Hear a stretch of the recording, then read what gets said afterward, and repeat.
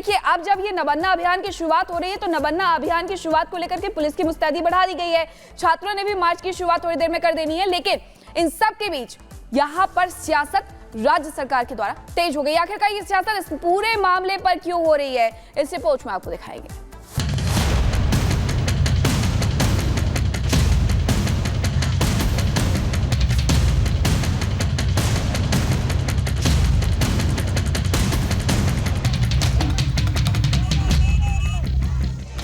कोलकाता में trainee doctor से दरिंदगी मामले में न्याय की मांग को लेकर देश गुस्से में है। जांच कर रही सीबीआई की टीम भी फुल एक्शन मोड में है और टीएमसी टेंशन में। शायद यही वजह है कि इन गंभीर मामलों पर भी सियासत करने से पीछे नहीं हट रही। डॉक्टर बेटी की हत्या मामले में न्याय दिलाने की मांग को लेकर नबान रैली का आयोजन है। छात्र समाज के अभियान का मकसद पीड़िता के परिवार को न्याय दिलाने में रही ममता सरकार से इस्तीफे की मांग है, लेकिन इस रैली से पहले बीजेपी और टीएमसी अब आमने सामने हैं। जिस तरीके से का बैरिकेडिंग किया गया है, जैसा लग रहा है कि कभी कलकत्ता में कोई युद्ध होने वाला है, कोई वार जोन है। शांतिपूर्ण जो भी आंदोलन होगा, जो सुप्रीम कोर्ट द्वारा कहा गया है कि ऐसे किसी भी आंदोलन को कोई भी सरकार रोक नहीं सकती, ऐसे हर आंदोलन को, कोई भी पार्टी का भी आंदोलन हो, उसको बीजेपी का सपोर्ट है। Chief minister Abhishek Banerjee, both of them condemned, सब निंदा किया है, फांसी मांगा है, अरेस्ट किया है कोलकाता पुलिस। अभी सीबीआई का पास इन्वेस्टिगेशन है, लेकिन कुछ लोग, कुछ अपोजिशन वालों हमारा अभिषेक का फैमिली को जिस लैंग्वेज में वो लोग अटैक कर रहा है, तृणमूल का खिलाफ, बंगाल का खिलाफ, ये एनआरकी क्रिएट करने के लिए ये तो सब राम बाम सब एक हो रहा है। इस सियासी वार पलटवार में मैदान में दीदी की पुलिस भी कूदती नजर आ रही है। कोलकाता पुलिस ने नबन्ना अभियान को अवैध बताया। पुलिस की तरफ से कहा गया कि रैली की इजाजत नहीं ली गई है, साथ ही हिंसक साजिश का दावा किया गया।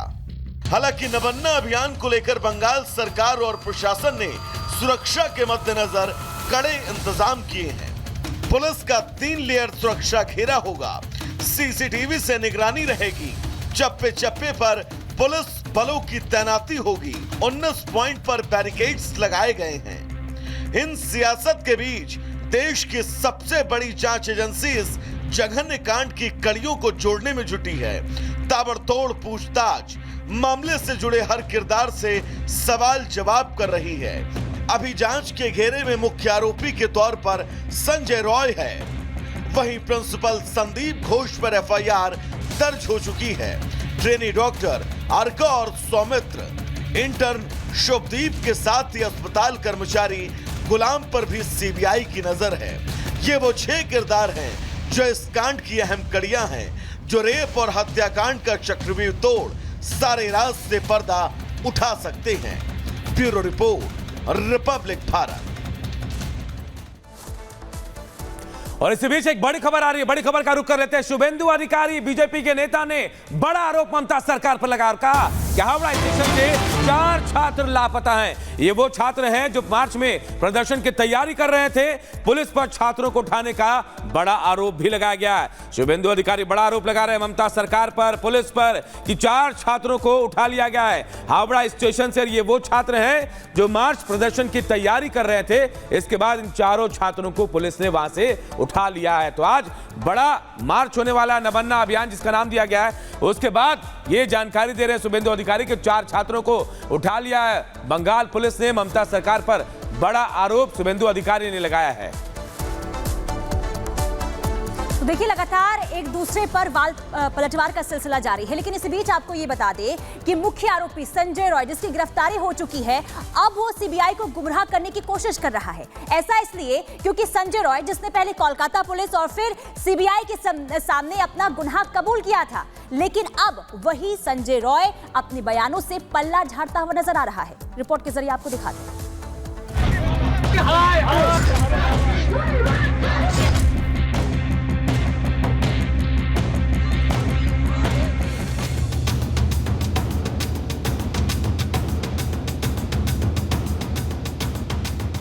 कोलकाता रेप और मर्डर का आरोपी संजय रॉय सीबीआई को गुमराह कर रहा है। पहले कोलकाता पुलिस के सामने डॉक्टर की रेप और हत्या की बात कबूली। इसके बाद सीबीआई की पूछताछ में जुर्म कबूल किया था, लेकिन कोर्ट में संजय रॉय ने पलटी मार ली और खुद को बेगुनाह बताया।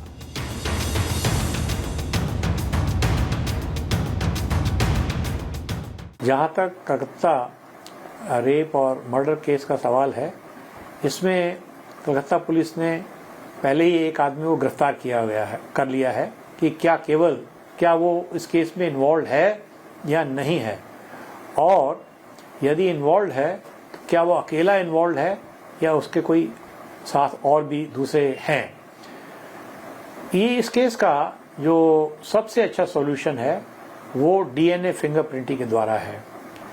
विक्टिम के वेजिनल स्वैब्स का अगर डीएनए एनालिसिस कराया जाए तो पता चल जाएगा कि जो आदमी कलकत्ता पुलिस ने पकड़ा और जो अब सीबीआई में कस्टडी में है उसका डीएनए मैच करता है या नहीं मैच करता है। अगर ये मैच करता है तो वही वास्तव में सही क्रिमिनल है। डॉक्टर से रेप और मर्डर के वक्त संजय रॉय उस सेमिनार हॉल में दिखा था। सीसीटीवी कैमरे में अस्पताल से बाहर जाते हुए भी दिखा, लेकिन संजय रॉय अब खुद को बेकसूर बता रहा है और सेमिनार हॉल में डॉक्टर की बॉडी पहले से होने की बात कह रहा है।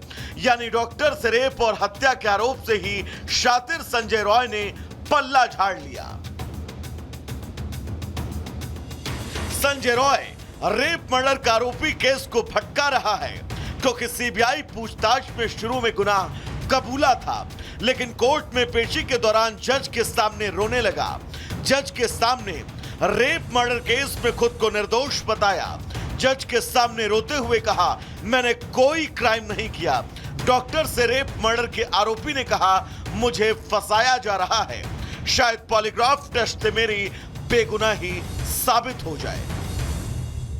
डिपार्टमेंट का जो इसका साथ थे, कोई ना कोई कुछ जानता है। ये लोग की गलत काम किया है कि नहीं है, ये इसके तो अभी तो हमको मैंने मन में ये क्वेश्चन भी आना शुरू कर दिया कि जो लोग साथ थे कहीं ना कहीं वो भी सस्पिशियस हैं। सस्पिशियस है। लड़की हमको लगता है कि 7-8 घंटे से कोई ने मेरे लड़की को देखा, ये हमको थोड़ा क्वेश्चन है। कोई ना कोई तो कुछ जानता ही है, डिपार्टमेंट का कोई ना कोई कुछ जानता है। कोई कुछ छुपा रहा है, आपको ऐसा लगता है? इस कोलकाता कांड के बाद देश की जनता गुस्से में है। डॉक्टर बेटी के माता पिता इंसाफ की मांग कर रहे हैं। इस बीच रेप और हत्या की जांच कर रही सीबीआई के सामने अब ये नई चुनौती है। Bureau report, Republic Bharat.